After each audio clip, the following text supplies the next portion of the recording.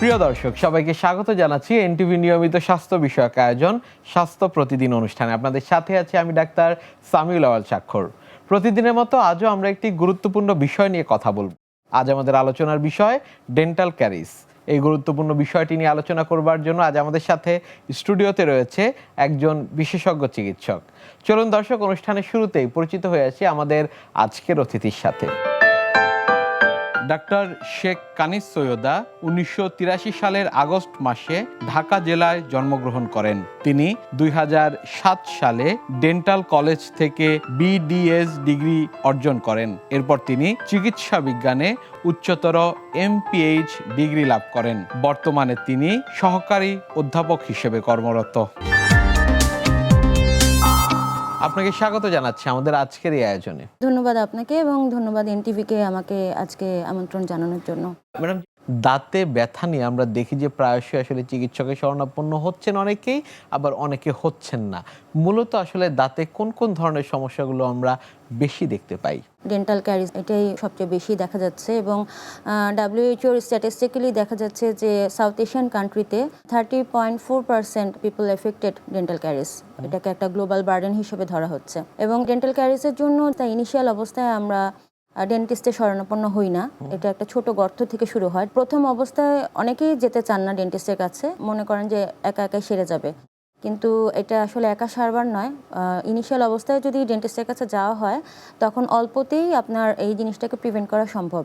সেই ক্ষেত্রে কস্টটাও কম হয় এবং দাঁতে ব্যথা ওঠার আগেই আপনি সেটাকে নিরাময় করা সম্ভব। আমাদের দেশে দেখা গেছে যে ব্যথার জন্য অপেক্ষা করে, কিন্তু আমি বলবো যে ব্যথার জন্য অপেক্ষা না করে ডেন্টাল ক্যারিজ শুরুতেই যদি আমরা ডেন্টিস্টের কাছে যাই তাহলে এটা খুব অল্পতেই নিরাময় করা সম্ভব। ডেন্টাল ক্যারিজ এই বিষয়টি আসলে কি মূলত? ডেন্টাল ক্যারিজ বা দাঁতের ক্ষয় এটা শুরু হয় আসলে আমাদের ফুড হ্যাবিটের মাধ্যমে। আমরা যখন খাবার খাই, এই খাবার বিশেষ করে সুগারি ফুড এবং অন্যান্য খাবার ব্যাকটেরিয়ার সাথে সংস্পর্শে এসে আমাদের দাঁতের ক্ষয় সৃষ্টি করে। আস্তে আস্তে দাঁতটা আমাদের ক্ষয় হতে থাকে। ইনিশিয়াল অবস্থায় প্রথম দিকে আমরা কোনো ব্যথা অনুভব করি না, পরবর্তীতে গর্তটা যখন বড় হয়ে যায় তখন আমরা ব্যথা অনুভব করি। এবং দেখা গেছে যে আমাদের যদি আপনি সার্ভে করে থাকেন বা দেখতে চান, মোটামুটি 70 to 80% মানুষের মধ্যে ছোট বড় কোনো না কোনো জায়গায় ডেন্টাল ক্যারিজ আপনি খুঁজে পাবেন। কোন বয়সীদের থেকে আসলে ডেন্টাল ক্যারিজের সমস্যা আপনারা বেশি দেখতে পান? বয়সের উপর নির্ভর করে বলবো না, কারণ ছোট বাচ্চাদের ক্ষেত্রেও ডেন্টাল ক্যারিজ হয় এবং middle age person, aged person সবার ক্ষেত্রেই হতে পারে। বিশেষ করে যারা ওরাল হাইজিন, মানে আমাদের মুখটাকে যারা পরিষ্কার ঠিকমতো করছে না বা মেনটেন করছে না, তাদের ক্ষেত্রে ডেন্টাল ক্যারিজের সম্ভাবনা সবচেয়ে বেশি। শিশুদের ক্ষেত্রে ডেন্টাল ক্যারিজ আসলে কেমন দেখছেন? শিশুদের ক্ষেত্রে তো আমরা বেশি পাচ্ছি, বিশেষ করে একদম ছোট শিশু যারা, অনেক সময় বাচ্চারা ফিডার খাওয়ার পরে ঘুমিয়ে পড়ে, মারা এরপরে আর পানি খাওয়ান না, তখন তাদের ডেন্টাল ক্যারিজ হয়। এবং বাচ্চারা যেহেতু মিষ্টি জাতীয় খাবার বেশি পছন্দ করে, চিপস, চকলেট, পেস্ট্রি এই জাতীয় খাবার থেকেও ডেন্টাল ক্যারিজ হওয়ার সম্ভাবনা বেশি থাকে। শিশুদের ক্ষেত্রেও আমরা প্রচুর পরিমাণে পাচ্ছি যে ডেন্টাল ক্যারিজ হচ্ছে। শিশু এবং অ্যাডোলেসেন্ট বাচ্চা এদের ক্ষেত্রেও পাওয়া যাচ্ছে। অনেক মা বাবাকে বলতে শুনি যে চকলেট বেশি খাচ্ছে, তাদের ক্ষেত্রে ডেন্টাল ক্যারিজের সম্ভাবনা বেশি দেখছি। বিষয়টি কি আসলে সত্য? মিষ্টি জাতীয় খাবার যদি বারবার খাওয়া হয় এবং ঠিকমতো যদি আমরা দাঁত পরিষ্কার না করি তখন এটার সম্ভাবনা বেশি থাকে। আর যেহেতু বাচ্চারা চকলেট বেশি পছন্দ করে, দেখা যাচ্ছে ব্রাশটা ঠিকমতো হচ্ছে না, তখন ডেন্টাল ক্যারিজ হওয়ার সম্ভাবনা বেশি থাকে। ডেন্টাল ক্যারিজ হতে কতদিন আসলে সময় নেয়? এক্স্যাক্টলি আসলে মানে অ্যাপ্রোপ্রিয়েট টাইম ওভাবে ফ্রেম আউট করা নাই, কিন্তু দেখা গেছে যে ইনিশিয়ালি শুরু হয় একটা ছোট গর্ত বা ছোট স্পটের মাধ্যমে, যেটাকে হয়তো বা আমরা ওভারলুক করে যাই, আমরা খেয়াল করি না, এবং এটা যদি আনট্রিটেড অবস্থায় থাকে আস্তে আস্তে বড় হতে থাকে এবং বড় হওয়ার সাথে সাথে আমাদের দাঁতের যে গঠন, এনামেল, এরপরে ডেন্টিন, পাল্প পর্যন্ত যদি পৌঁছে যায় তখনই আমাদের সিভিয়ার পেইন শুরু হয়। মিষ্টি জাতীয় খাবার সেগুলো খেলেই কি আসলে ডেন্টাল ক্যারিজ হবে? ব্যাপারটা ওরকম না। এটা শুনলে হয়তো বা ভাববে যে আমরা কি তাহলে মিষ্টি খাবো না? অবশ্যই মিষ্টি খাবে, মিষ্টি জাতীয় খাবারও খাবে, কিন্তু যেটা হচ্ছে ফ্রিকুয়েন্টলি খাবে না। আমাদের ক্ষেত্রে যেটা হয়, আমরা চা খাচ্ছি, বিস্কিট খাচ্ছি, আবার একটু পরে আরেকটা স্ন্যাক্স খাচ্ছি, আবার হয়তো মানে হেভি মিল খাচ্ছি। তো মিষ্টি জাতীয় খাবার খাবে, বাট গ্যাপ দিয়ে দিয়ে খেতে হবে। চা কফি একটু পরপর খাওয়া যাবে না, মিষ্টি জাতীয় খাবার দেখা যাচ্ছে একটু পরপর খাওয়া যাবে না। হয়তো আপনি এখন চা খেলেন, আবার হয়তো রাতে খেলেন, এরকম একটা। বাট যারা খুব বেশি ফ্রিকুয়েন্টলি মিষ্টি জাতীয় খাবারটা খাচ্ছে এবং আমাদের দাঁতের সংস্পর্শে মিষ্টি জাতীয় খাবারগুলো বারবার করে আসছে, তখনই আপনার ডেন্টাল ক্যারিস হওয়ার সম্ভাবনা মানে বেড়ে যায়। ডেন্টাল ক্যারিসের এই সমস্যা নিয়ে কখন আসলে চিকিৎসকের শরণাপন্ন হওয়া প্রয়োজন? আমি যেটা বলবো যে আমাদের আসলে একটা মিথ আছে বা মিসকনসেপশন যে দাঁতে ব্যথা হলেই আমরা চিকিৎসকের কাছে যাব বা ডেন্টিস্টের কাছে যাব, কিন্তু আমরা এখন আধুনিক বিশ্বে বা আধুনিক জায়গাতে চলে এসেছি। তো এখন দেখা গেছে যে সবাই প্রিভেনশনের দিকে বেশি ইম্পর্টেন্স দিচ্ছে প্রতিটা ক্ষেত্রে, শুধু দাঁতের ক্ষেত্রে না।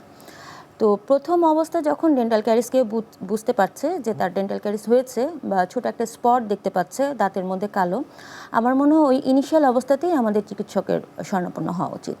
তাহলে অল্পতে এবং খুব কম সময়ে, খুব কম খরচে আপনার এটাকে প্রিভেন্ট করা সম্ভব। আর দাঁতে ব্যথা পর্যন্ত অপেক্ষা করা উচিত না। সেক্ষেত্রে চিকিৎসকের শরণাপন্ন হবার পর কি কি পরীক্ষা নিরীক্ষা আপনারা করে থাকেন? ডেন্টাল ক্যারিস হলে প্রথমত আমরা ওরাল এক্সামিনেশনটা করি পেশেন্টের হিস্ট্রি নিই। এটা খুবই ইম্পর্টেন্ট, যে কোনো চিকিৎসার ক্ষেত্রে পেশেন্ট হিস্ট্রিটা খুবই ইম্পর্টেন্ট। দেন ওরাল এক্সামিনেশন করি, আমাদের কিছু ইনস্ট্রুমেন্ট আছে এবং ডেন্টাল চেয়ার আছে আলাদা, লাইটের মাধ্যমে আমরা খুব ভালো করে দেখি এবং কিছু ইনস্ট্রুমেন্টারই একটা অংশ থাকে, ইয়ার দিয়েও দেখা হয় যে তার সেন্সিটিভিটি আছে কি না, ক্যারিসটা কতটুক ডিপ। তো ওরাল এক্সামিনেশনে যদি মোটামুটি বোঝা যায় তখনই আমরা ট্রিটমেন্টে চলে যাই। আর যদি আমাদের কিছু সাসপেক্ট মনে হয় তখন আমরা একটা এক্সরে করতে দিই এবং এক্সরের ভিত্তিতে আমরা তখন চিকিৎসাতে যাই যে দাঁতটা কি ফিলিং হবে নাকি রুট ক্যানেলে যাব বা আদৌ রাখতে পারবো কিনা। নিশ্চয়ই। সেক্ষেত্রে কাউন্সিলিংটি কীভাবে করে থাকেন, বিশেষত আসলে শিশুদের ক্ষেত্রে? কারণ বাবা মা কিংবা গার্জিয়ান যারা থাকেন তাদের ক্ষেত্রে এই বিষয়টা নিয়ে কীভাবে কাউন্সিলিং আপনারা করেন? কাউন্সিলিং দেখা গেছে যে বাচ্চারা তো আসলে বোঝে না, ছোট মানুষ। তো বাবা মা যারা আসে তাদের ক্ষেত্রে প্রথমেই কাউন্সিলিং করি তাদের ফুড হ্যাবিট নিয়ে এবং তাদের ব্রাশিংটা নিয়ে। তাদের ব্রাশ করাটা খুবই ইম্পর্টেন্ট। অনেকেই দেখা গেছে যে বাচ্চাদেরকে ব্রাশ করায় না বা ঠিকমতো ব্রাশটা হচ্ছে না। তো সেই ক্ষেত্রে ব্রাশের টেকনিকটা ঠিক করে বাবা মাকেই প্রতিদিন অ্যাটলিস্ট ঘুমানোর আগে এবং সকালে বাচ্চাকে ব্রাশ করাতে হবে এবং সুগারি ফুড সেটা দিতে হবে খুব লিমিটেড পরিমাণে। চকলেট খাবে বা মিষ্টি জাতীয় খাবার খাবে, কিন্তু তাকে সারাদিনে বারবার সেটা দেওয়া যাবে না। আচ্ছা। এবং কিছু খাওয়ার পরে তাকে হ্যাবিট করতে হবে সে যেন নর্মাল পানি দিয়ে কুলি করে। তো কুলি করলেও দেখা যাচ্ছে যে সেটা অনেকটা ক্লিন হয়ে যায়, কারণ প্রতিবার তো আর ব্রাশ করা সম্ভব না, ব্রাশটা 2 বার করলে যথেষ্ট যে কোনো মানুষের ক্ষেত্রে, বাট কুলি করলে ওই অবশিষ্ট খাবারটা মুখের মধ্যে থাকে না। ডেন্টাল ক্যারিস এর চিকিৎসা পদ্ধতি কি কি রয়েছে আমাদের দেশে? ডেন্টাল ক্যারিস যদি ইনিশিয়াল অবস্থা যাওয়া যায়, পেশেন্ট যদি প্রথম অবস্থাতেই ডক্টরের কাছে যায়, তখন আমরা ফিলিংয়ে যাই, নর্মাল ফিলিং, এবং ফিলিংয়েরও অনেক ধরনের প্রকারভেদ আছে। সেই ক্ষেত্রে নর্মাল ফিলিং আছে, কিছু আছে লেজারের মাধ্যমে ফিলিং করা হয় এবং পেশেন্ট যদি আরও পরে যায়, গর্তটা যদি বড় হয়ে থাকে যেটা ফিলিংয়ের মাধ্যমে সম্ভব না, তখন আমরা রুট ক্যানাল ট্রিটমেন্টে চলে যাই। আচ্ছা। এবং যদি খুব সিভিয়ার অবস্থা হয়, একদম ডিপ ক্যারিস, তার দাঁতের অবশিষ্ট অংশ খুবই কম আছে এবং এখানে কোনো ধরনের ফিলিং বা রুট ক্যানাল সম্ভব না, তখন আমরা পেশেন্টকে অ্যাডভাইস করি দাঁতটা ফেলে দেওয়ার জন্য। যেহেতু ওটা আনট্রিটেড অবস্থা থাকে এবং ইনফেকশনও হয়ে যায় অনেক সময়, তো তখন ওই দাঁতটাকে আমরা বলি যে এটা ফেলে দিলেই ওনার জন্য ভালো হবে পেশেন্টের জন্য, কারণ ম্যাক্সিমাম ক্ষেত্রে তারা আসে সিভিয়ার পেইন নিয়ে এবং ডায়াগনোসিস করে দেখা যায় যে সেক্ষেত্রে আরও 2-3টা প্রবলেম অ্যাড হয়ে গেছে। মুখের কোনো পরিবর্তন হয় কি না এই দাঁত ফেলা হলে? দাঁত ফেলা হলে আসলে মুখের কোনো পরিবর্তন হয় না, যখন যে পেশেন্টের প্রয়োজন তখনই আমরা ফেলি। কিন্তু যদি পেশেন্টের অনেক দিন সে জায়গায় গ্যাপ থাকে, তখন আমরা বলি সেই জায়গাটাকে রিপ্লেস করতে। আইদার সেটা হলো যে ডেন্টার পড়তে পারে, তার যদি সে যদি এইজেড পার্সন হয়, তার ক্ষেত্রে যদি ফিক্সডটা সম্ভব না হয় বা সে যদি ফাইন্যান্সিয়ালি বেয়ার করতে না পারে।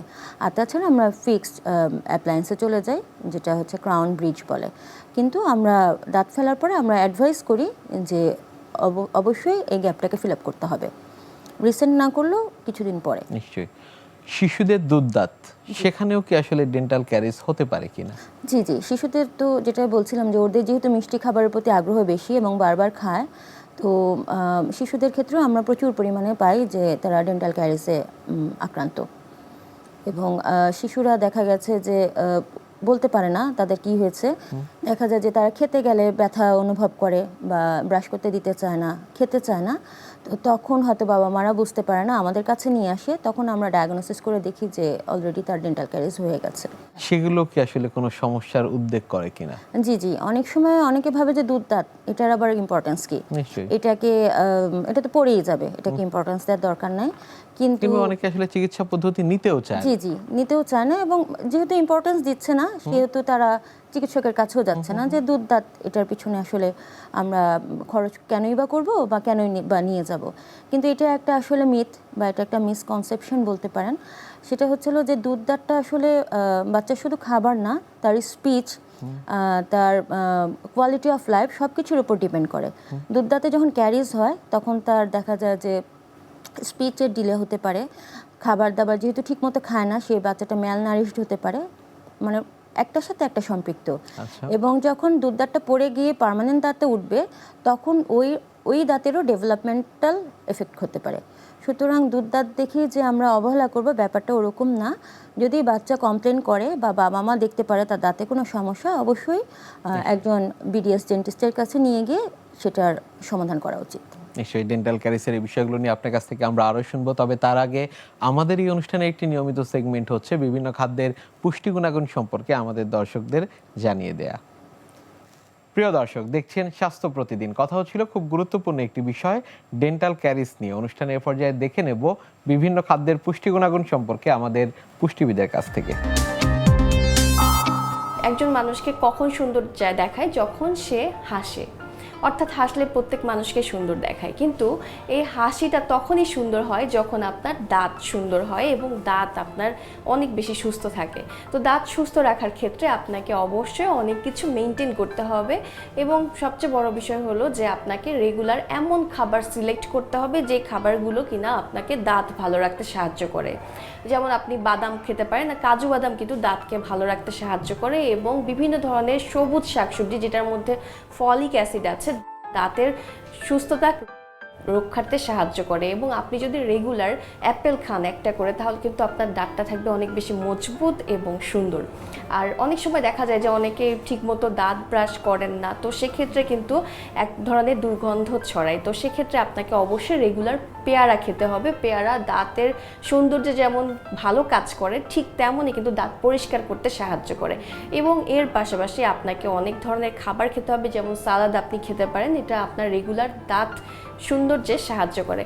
কিন্তু কি ধরনের খাবার খাবেন না সেটা আপনাকে অবশ্যই খেয়াল রাখতে হবে এবং মেনটেন করতে হবে। সুন্দর হাসির জন্য আপনাকে অবশ্যই অতিরিক্ত মাত্রায় চকলেট, চিনিযুক্ত খাবার এগুলো অ্যাভয়েড করতে হবে। এবং যারা কিনা ধূমপান করেন বা অনেক ধরনের কোল্ড ড্রিঙ্কস খেতে পছন্দ করেন, তাদেরকে আমি বলবো যে অবশ্যই এটি সম্পূর্ণভাবে এড়িয়ে চলতে হবে, কারণ দাঁত সুন্দর রাখার ক্ষেত্রে আপনাকে অবশ্যই এমন কোনো খাবার খাওয়া যাবে না যা কিনা আপনার ক্ষতি করে। এবং অনেকে আছেন আমি দেখি যে রেগুলার পান খেতে পছন্দ করেন বা 2 থেকে 3 বেলা 4 বেলা পান খাচ্ছেন, তাদের ক্ষেত্রেও কিন্তু দাঁত ক্ষয় হয়ে যায়। এবং একবার যদি দাঁত ক্ষয় হয় তাহলে কিন্তু সেই দাঁত ঠিক করা অনেক কঠিন হয়ে পড়ে। তো এই ক্ষেত্রে অবশ্যই আপনাকে এই বিষয়গুলো মেনটেন করতে হবে।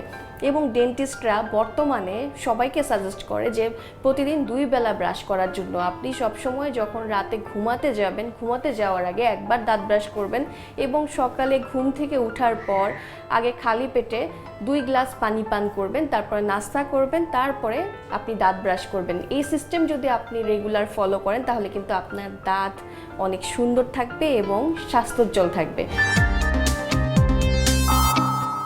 ডেন্টাল ক্যারিস, এটি প্রতিরোধে কি কি করণীয়? এটা প্রতিরোধে আসলে আমরা তো একটা কথা জানি, prevention is better then cure. অবশ্যই আমরা চেষ্টা করব যে আমাদের দাঁত যেন সুস্থ থাকে। তো প্রথম কাজই হলো যে ব্রাশিংটা খুবই ইম্পর্টেন্ট। 2 বেলা আমাদের ব্রাশ করতে হবে, সকালে নাস্তা খাওয়ার পর এবং রাতে ঘুমের আগে। অনেকেই আছে আমরা সকালে ব্রাশ করি কিন্তু রাতে ব্রাশটা করছি না, কিন্তু রাতের ব্রাশটা খুব বেশি ইম্পর্টেন্ট। যেটাকে বলে ওরাল হাইজিন মেনটেন করা। ওরাল হাইজিন মানে আমাদের সুস্থ দাঁত, সুস্থ মাড়ির জন্য খুবই ইম্পর্টেন্ট। এবং আরেকটা জিনিস সবাই যেটা স্কিপ করে সেটা হচ্ছে আমাদের জিভ, যেটা টাং, এটা কেউ পরিষ্কার করে না। ব্রাশ করে জাস্ট ব্রাশটা রেখে দেয়, কিন্তু আমাদের জিহ্বা যদি পরিষ্কার না থাকে সেই ক্ষেত্রেও শুধু ডেন্টাল ক্যারিস না, অনেক ধরনের আমাদের মুখের সমস্যা হওয়ার সম্ভাবনা বেড়ে যায়। তাহলে আমরা প্রতিদিন 2 বেলা করে ব্রাশ করব, আমাদের জিভটাকে পরিষ্কার করব, এবং যেটা বলছিলাম যে মিষ্টি জাতীয় খাবার আমরা বন্ধ করব না, আমরা খাবো, বাট ফ্রিকুয়েন্টলি খাবো না, একটু পর পর আমরা মিষ্টি জাতীয় খাবার খাবো না। আর হলো যে ফ্লোরাইডযুক্ত টুথপেস্ট ইউজ করব। আমরা পেস্ট অনেক সময় দেখা যায় যে দাঁত সাদা হওয়ার জন্য অনেক পেস্ট খুঁজি, বা কোন পেস্টটা ভালো হবে, আমাদের দাঁত একটু চকচকে লাগবে, কিন্তু আমি বলবো এটা দেখার আগে আপনারা দেখবেন যে টুথপেস্টে ফ্লোরাইড আছে কিনা। নিশ্চয়ই। তো মোটামুটি এইগুলো যদি মেনটেন করতে পারে আর আপনার ব্রাশিং টেকনিকটা যদি ঠিক থাকে, তাহলে ডেন্টাল ক্যারিজ কেন যে কোনো ধরনের মুখের সমস্যা বা দাঁতের সমস্যা অনেকাংশ কমে আসে। জি, অনেক ধন্যবাদ আপনাকে আমাদের আজকের এই অনুষ্ঠানে আসার জন্য। ধন্যবাদ আপনাকে এবং ধন্যবাদ এনটিভিকে আজকে আমাকে আমন্ত্রণ জানানোর জন্য। প্রিয় দর্শক, এতক্ষণ দেখছিলেন স্বাস্থ্য প্রতিদিন। কথা হচ্ছিল খুব গুরুত্বপূর্ণ একটি বিষয়, ডেন্টাল ক্যারিজ নিয়ে। আশা করি আমাদের এই গুরুত্বপূর্ণ তথ্যগুলো আপনাদের অনেক বেশি উপকারে আসবে। অনুষ্ঠানের পর্যায়ে দেখে নেব কি থাকছে আগামী পর্বে স্বাস্থ্য প্রতিদিন অনুষ্ঠানে। কেবল যাদের মাসিকটি শুরু হয়েছে, মেনার্কি যে বলি আমরা, তাদের ক্ষেত্রে কিন্তু কোনো কারণ ছাড়াই 1 থেকে 2 বছর 3 বছর কিন্তু একটু অনিয়মিত হতে পারে, সেটি নিয়ে খুব ঘাবড়ানোর বিষয় না। তো এটি হচ্ছে ইয়াং অ্যাডোলেসেন্স গার্লদের। আরও কারণ আছে, আমি খুব সহজ কারণগুলো বলছি। আর শেষ বয়সের দিকে যেটা খুবই ইম্পর্টেন্ট, জরায়ুতে টিউমারের কিছু কারণ, কিছু ইনফেকশনের কারণ, কিন্তু তাদের ভেতরে অনেক সময় গভীর একদম ভয়াবহ কারণ লুকিয়ে থাকে। যেমন ধরুন পোস্ট মেনোপোজাল উইমেনদের যদি ব্লিডিং হয়, সেখানে সার্ভাইকাল ক্যান্সার হতে পারে, এন্ডোমেট্রিয়াল ক্যান্সার হতে পারে, ওভারিয়ান ক্যান্সার হতে পারে, ভ্যাজানাল ক্যান্সার হতে পারে। ক্যান্সারের ভাবনাটা একটু বেশি মাথায় রাখতে হবে। বিশ্বের যে কোনো প্রান্ত থেকে যে কোনো সময় আপনাদের পছন্দের অনুষ্ঠান স্বাস্থ্য প্রতিদিন দেখতে ভিজিট করুন আমাদের পূর্ণাঙ্গ ওয়েব পোর্টাল www.ntvbd.com এ। এছাড়া এনটিভির সব জনপ্রিয় অনুষ্ঠান ও খবরের আপডেট পেতে ভিজিট করুন আমাদের ইউটিউব চ্যানেল ও ভেরিফাইড ফেসবুক পেজে। আজ এখানেই শেষ করছি, আগামীতে আবারও দেখা হবে। সে পর্যন্ত আপনারা সবাই ভালো থাকুন, সুস্থ থাকুন, এনটিভির সাথেই থাকুন। আল্লাহ হাফেজ।